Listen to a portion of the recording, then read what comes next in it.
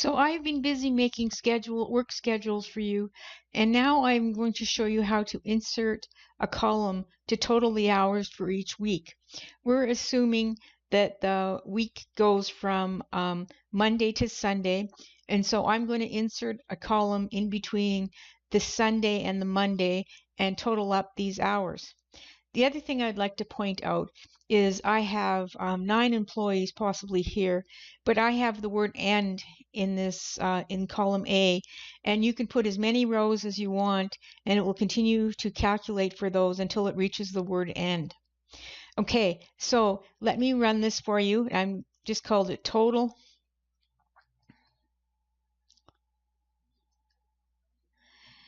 Okay, so now you have the weeks, and there's the total of the hours. Let's say that this is a turnaround week, or this is inventory week, so you have additional hours. So the ones that are over 40 are highlighted in red, so you know to pay overtime.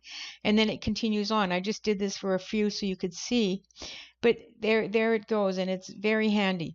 Now I have also grouped these so that once the payroll is done or the week is over, you can hide them away, and you're able to just look at them if you need to. So if you went back, you could open it up to see who worked which hours and the rest.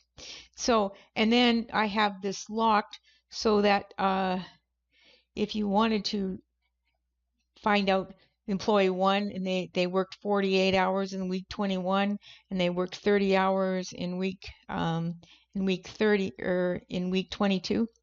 So let me show you the code. So what I call this as is total days, and day number equals XY as an integer, end row as an integer, and that is with this end here.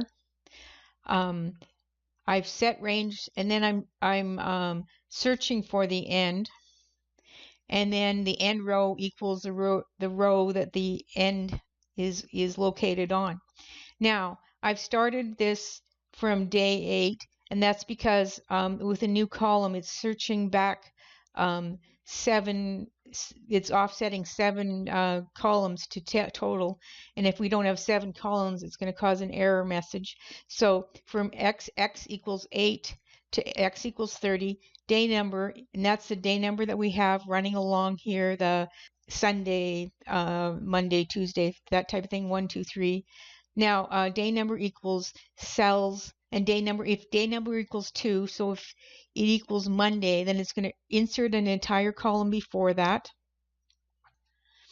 And what we're going to do is in this the first row is we're going to put the week number, and so that's application week number function, and it's based on the date that's in here. Then the interior color equals green. I had to make it some color so you could see it. Then I'm writing the word week in here, and then I'm changing the interior color of the next one to green as well.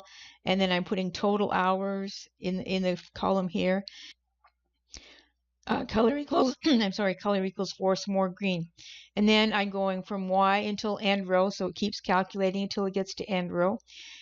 So then I'm going, if what I'm doing is I'm summing, and I'm summing the worksheet function sum, and then I am going, I'm summing cells X, Y, offset 7, -7, and then to offset number 1. So I'm summing up all the hours that come up to this one. And then if the value is greater than 40, I'm going to turn it red, and then I'm going to go end if, and then range. What I've done here, this is the grouping where I've got the plus signs to separate the different columns, and then I'm going to the next X, and away we go. So this is how you total the hours in a schedule. I will include the code in my description. Please subscribe.